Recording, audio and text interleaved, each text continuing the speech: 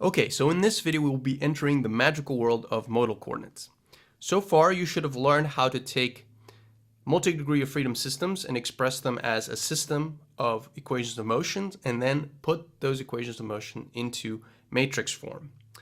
You should have also learned how to take those matrix equations and solve the eigenvalue problem to obtain natural frequencies and mode shapes. What we will do in this video is learn how to take those natural frequencies and mode shapes and use them to solve for structural responses of multi-degree of freedom systems. So we will cover three main objectives. The first will be to demonstrate the orthogonality property of mode shapes. This is a fundamental property that makes everything else work. Then we will use that orthogonality property to transform our standard EOMs into decoupled EOMs through a modal coordinate transformation.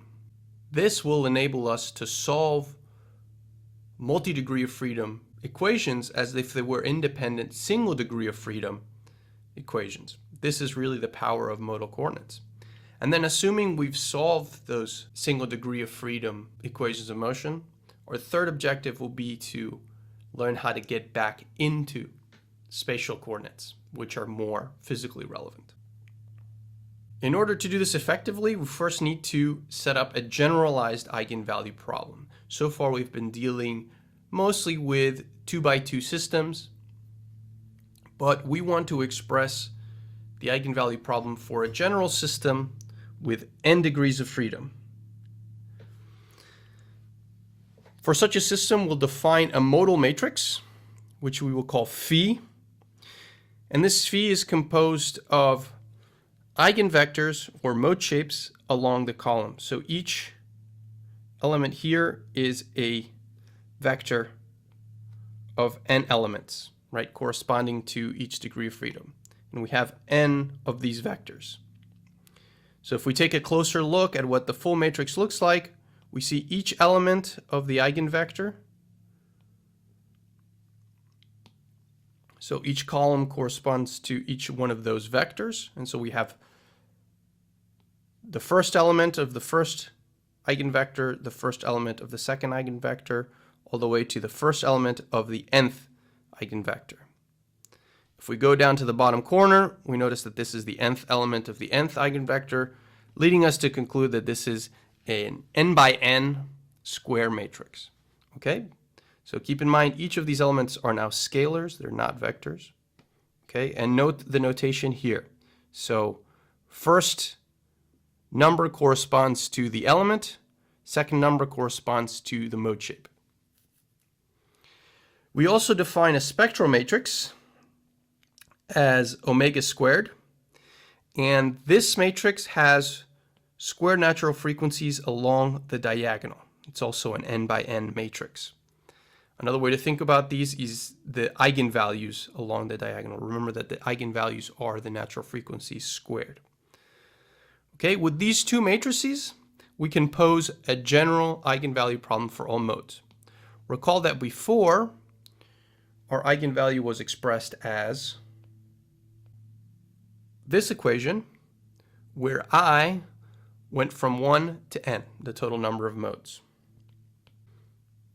Now, using these matrices, we can convert this to a generalized matrix equation for all modes. Note that now each of those individual I equations is contained within this entire equation.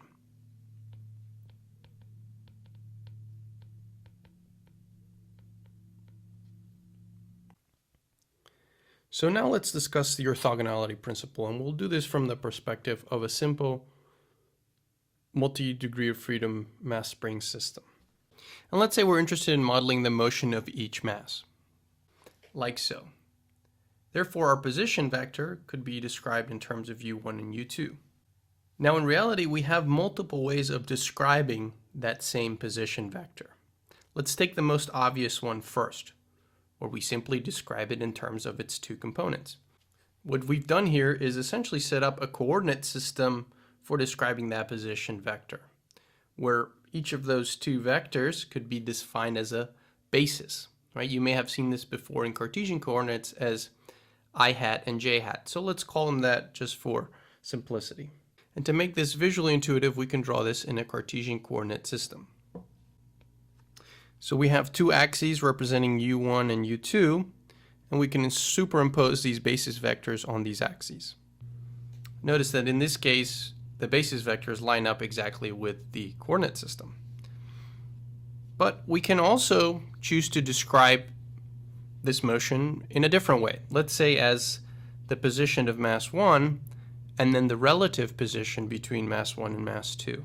So we'll define a new variable, delta u. And so our second coordinate system becomes something like this. Notice that this is still a completely valid representation of the total motion of the system. Now let's draw it on the coordinate axis. With new basis vectors, we will call k hat and l hat. Notice that unlike I and j, which are at right angles to each other, k and l are not. So we would say that I and j are an orthogonal basis, whereas k and l are a non-orthogonal basis. And we can test for this using a matrix dot product. This would simply be I transpose times j for case 1, which is equal to 0, and that confirms orthogonality. Let's do that for case 2. That is not equal to 0, meaning both bases are not orthogonal. In a physical way, what this means is that whatever is going on in the ith dimension does not impact the value of the jth dimension. Whereas in the case of k and l, if I change my position in the kth dimension, in other words, if I change u1, that also impacts my change in the lth dimension, because any value change in u1 is reflected in u2, because now we're measuring the relative position. So what the mode orthogonality principle states is that if we multiply the mode shapes of this system through the mass or stiffness matrices, we also get 0. So we get what we call mass or stiffness orthogonality. Now let's, for the sake of argument, ignore the mass and stiffness matrices for now. Let's just pretend they're both identity matrices. This would mean, for example, that we're using values of k and m equivalent to 1. If we do this, we would see that the mode shapes turned out to be 1, 1, and 1, negative 1. And if we do the orthogonality check on these, we would see that this also equals to 0. Let's plot these on the coordinate system. So as we see, they're at right angles to each other, which means that whatever goes on in mode shape 1 in dimension phi1 does not impact whatever goes on in dimension phi2, meaning that modes behave independently of each other. So whatever happens with mode 1 has no impact of what's happening with mode 2. In addition, phi1 and phi2 are simply a rotated version of u1 and u2, or I and j. So with the appropriate transformation, we can always get back to our spatial coordinates, which are u1 and u2. So really the way to think about mode shapes is just as a new orthogonal coordinate system describing the motion of these masses. Some linear sum of phi1 and phi2 will always get us back to spatial coordinates, but in addition, we can treat mode 1 and mode 2 independently of each other. So now let's actually prove the mode orthogonality property. And this is an important proof because it will set up how we decouple the equations of motion later on.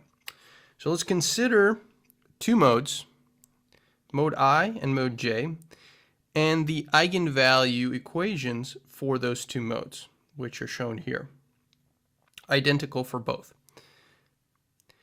And let's make explicit that each of these modes are not the same. In other words, the natural frequencies are not equal to each other and the mode shapes are not equal to each other. Now let's pre-multiply those two equations by the other mode. In other words, we pre-multiply the first equation by the transpose of phi j and the second equation by the transpose of phi I. That'll give us equations A and B. And then let's transpose both sides of equation B to get the following. Now note that I and J flip places and flip transposes, but K and M stay the same. Now this is because both matrices are symmetric, so the transpose doesn't actually change anything. This is a basic property of any dynamic system. K and M will always be symmetric matrices. So we'll call this equation C. Now let's take equation C and subtract it from equation A, and we get the following, since the left sides are equal. We know that the natural frequencies omega I and omega j are different, so the term in parentheses cannot be equal to 0 by definition. That leaves us with the conclusion that the remaining term must be equal to 0. And that is our proof of modal mass orthogonality. You can do a very similar proof to show that the modes are also stiffness orthogonal. Note that this applies only to different mode shapes, therefore the product of the same mode shape through the mass matrix is not necessarily 0. And also this does not mean that the mode shapes themselves are orthogonal. So phi I transpose times phi j does not result in 0 either. Nevertheless, this orthogonality property is fundamental for the decoupling that we will do next. So now we've covered the generalized eigenvalue problem and we've covered the principle of orthogonality. Let's look at how those two fit together. So let's ask the question, what happens when we take that big modal matrix phi, which is composed of all the mode shapes or eigenvectors, and multiply that with itself through the mass matrix and stiffness matrices? We know that if the mode shapes being multiplied together are the same, and otherwise I is equal to j, we get a non-zero value. But we know if those mode shapes are not the same, in other words, I is not equal to j, we get 0 values. This means that any off-diagonal product of vectors is going to be necessarily 0, and we're only going to get values along the diagonal. And those values in the diagonal are going to be equal to the same mode shape multiplied through the mass and stiffness matrices. And these should be transposes here. And we're going to call the first matrix the modal mass matrix, and the second matrix the modal stiffness matrix. Again, we want to emphasize very heavily that these two matrices are diagonal. And we will talk about what these represent a little bit later on. Now let's reach way back to our original definition of our matrix equation of motion and apply this result to it. Recall that when setting up the eigenvalue problem, we defined our solution U as a sum of mode shapes and modal coordinates. We can express the sum just a little bit differently using the generalized eigenvalue problem and especially that modal matrix phi. Notice that we are just taking advantage of matrix algebra to carry out that sum for us. Also notice that the modal coordinates have now been grouped into a vector Q that has each of the modal coordinates as an element. So let's block this off and apply that to our original equation of motion. Note especially that because phi is not a function of time, it's not impacted by the double derivative, so only q double dot shows up. Now from here, it's pretty easy to notice that if we pre-multiply by phi transpose, we can actually get those modal mass and stiffness matrices. Just like so, and then we simplify. Note that this might not seem like much, but this makes a whole world of a difference when trying to solve these equations of motion, because the fact that big M and big K, our modal mass and modal stiffness matrices, are diagonal, means that these equations of motion are decoupled in terms of Q. In other words, the solutions for Q1, Q2, all the way to Qn are independent of each other. This is the key point of modal decomposition. So now, to make sense of this, let's look at how this would look like in the context of a 2 degree of freedom dynamic system. Our modal mass and modal stiffness matrices would be 2 by 2 diagonal matrices. Now let's write out the decoupled equation of motion explicitly. Once we do that, it's pretty easy to see that we can break this down into 2 separate single degree of freedom equations of motion. So notice 2 things. One is that each of these equations are now just in terms of scalar values, just like we had done before with single degree of freedom systems. Notice also that they're in the same form as before, and notice that equation 1 is only in terms of Q1, and equation 2 is only in terms of Q2. So Q1 and Q2, those solutions, are completely independent of each other. So we can solve these directly using the tools that we spent so much time developing over the course. Let's look at this in another way, in a more physical way. Let's pretend our 2 degree of freedom system is our lollipop idealization of a building. We know that in the physical domain, the motion of mass 1 and mass 2 are coupled by the interactions caused from K2. What modal analysis does is transforms this into a decoupled system of 2 single degree of freedom systems. So by transforming the system through that phi transpose multiplication, we've essentially turned it into a set of 2 single degree of freedom lollipops, one which has a mass of big M1, right, the first element in the modal matrix, and the other has a mass of M2, big M2.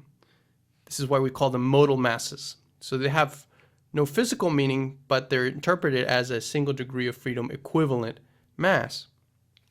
And same thing for the 2 stiffnesses, big K1 and big K2. So using single degree of freedom tools, we can solve for the response of these 2 single degree of freedom systems independently. And these responses would be interpreted as our Qs. So you can imagine the motion of that first system being Q1 and the motion of that second system being Q2. And then simply we can convert from Q1 and Q2, the modal coordinates, back to U1 and U2 are spatial coordinates with more physical meaning using phi again. And we'll see how to do that exactly a little bit later on. But let's first take a little detour and talk about mode shape normalization. Now this is something that is not strictly necessary, but it is important to keep in mind. You should know by now that a mode shape can be scaled arbitrarily. So any scalar multiple of a mode shape is itself a valid mode shape. It is quite common for display purposes or simply presentation purposes to scale the mode shape so that the first element is unity. So for example, something like that for a 2 degree of freedom mode shape. There's also a related concept which is called mass normalization. Now this involves scaling the mode shape such that the following condition is met. That is, the modal mass matrix is an identity matrix. In order to do that, we need to make the following definition. In other words, we normalize each mode shape by multiplying it times the matrix, the mass matrix, to the power of -1/2. If the mass matrix itself is diagonal, this is usually the case, but not always, it would look something like this. where each element in the diagonal is simply inverted and then square rooted. In full matrix form, this can also be expressed as the mass matrix to the negative 1/2 times the full modal matrix. Now it's recommended that you usually normalize your mode shapes in this way because they have some convenient properties. One is obviously that the mass matrix is the identity matrix, but the other is that the modal stiffness matrix now becomes the spectral matrix. This comes straight out of the generalized eigenvalue equation. It might be beneficial to think about this in terms of the equivalent case in the single degree of freedom situation, which was now, if we divide our equation of motion by m, we get that relationship of a generalized equation of motion, which is only in terms of the natural frequencies of the system. So that spectral matrix is the multi-degree of freedom analogy to our natural frequency squared. And so now let's assume that we've solved all the equations of motion in the modal domain. So we have our q's, and we want to go back to the spatial domain. So we want to go from q to u. And that relationship is, again, founded on the basic definition that we made initially. U of t is equal to our modal matrix phi times our vector of modal coordinates q. And so that's really all you need. But let's look at it visually, what it means. And let's look at it in the context of, again, a 2-degree of freedom system. So we have our first mode shape, phi1, and each element in that mode shape represents the deflection at each floor for that particular mode shape. If we multiply that mode shape, phi1, by this corresponding modal coordinate q1 at a particular time, we get the total deflection due to that mode shape at that particular time. Note that this is just a scaled version of that mode shape. So whenever q1 is equal to 0, for example, then the motion due to that mode shape is 0. Now let's look at the second mode shape. Phi2 is going to always be a little more complex than phi1.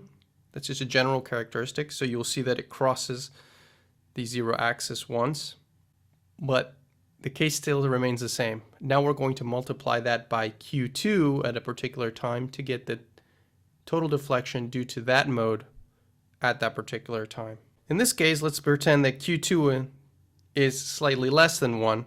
Therefore, we'll actually get a slight reduction in the deflections compared to the mode shape. Once we have all those, we sum them together to get the overall deflection of the structure. This overall deflection is going to correspond to our u1 and u2. Notice how u1 is small because we had a positive contribution from the first mode, but a negative contribution from the second mode, while u2 is large because we have a positive contribution from both modes. Now, in order to fully solve those single degree of freedom equation of motion in the modal domain, we also need initial conditions. So we need to consider that relationship between q and u to get our initial conditions, which are usually in terms of u, into q. So we need to consider the reverse relationship as well. Note that due to the properties of modal orthogonality, the inverse of that phi matrix is simply its transpose. And so if we want to express the initial conditions in terms of q, we simply take our initial conditions in terms of u and multiply by phi transpose. Note that the way it's written here, all of these will be vectors. If you want to express individual qi's in terms of u, you can use the following relationship. Note that the big Mi is a scalar in this case. You can consult Chopra's equation 10.8.5 to see how this relationship is derived. Okay, so that's it. We've presented all the information necessary to solve multi-degree of freedom equations of motion. Now it's important to have a sense of how these fit in order, and so this is what this list is meant to do. So if you follow this 10-step process, you will be able to solve any multi-degree of freedom system response. The first step is to find the mass and stiffness matrices. Step number 2 is fairly simple. Just express the EOM, make that explicit. Make sure you define your coordinates in the spatial domain. Third step is to use those mass and stiffness matrices to solve the eigenvalue problem. It boils down to 2 equations. One is the determinant equation that you use for solving for the natural frequencies. And the second is the eigenvalue equation that you use for solving for the mode shapes. Step number 4 is optional, but strongly recommended. That is to normalize your mode shapes, particularly mass normalize them using this relationship. Once you have your mode shapes and your frequencies set up, you can calculate your diagonalized mass and stiffness matrices, or your modal mass and stiffness matrices. Then you decouple the equation of motion. Again, this is just simply making that step explicit. Finally, you find your initial conditions using one of those relationships that we talked about previously, and then you solve using single degree of freedom methods. For the case of free vibration of undamped systems, this boils down to this simple equation here, which is taken directly from previous units. Once you've got that taken care of, then you can construct a response as a sum of the modal responses using that relationship there. Or in matrix notation.